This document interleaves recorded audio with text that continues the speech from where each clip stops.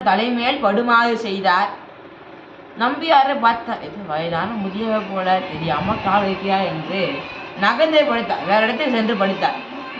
நம் பெருமாள் என்ன பண்ணார், அங்கிருந்து எழுந்து மீண்டும் நம்பியாரர் பக்கத்துல வந்து மீண்டும் நம்பியார தலைமேல் தன் திருவடி வைத்தார். பார்த்தார், யாருப்பா நீ அங்க தெரியாம கால் பிடிச்சு சொல்லிட்டு நான் இங்க வந்தா இங்கேயே வந்து என் தலைமையில கால் வைக்கிறே, யார் நீ என்று கேட்கிறார். ஆரூரா, என்னை தெரியலையா என்று சொல்லி பெருமான் அப்படியே மறைந்தார்.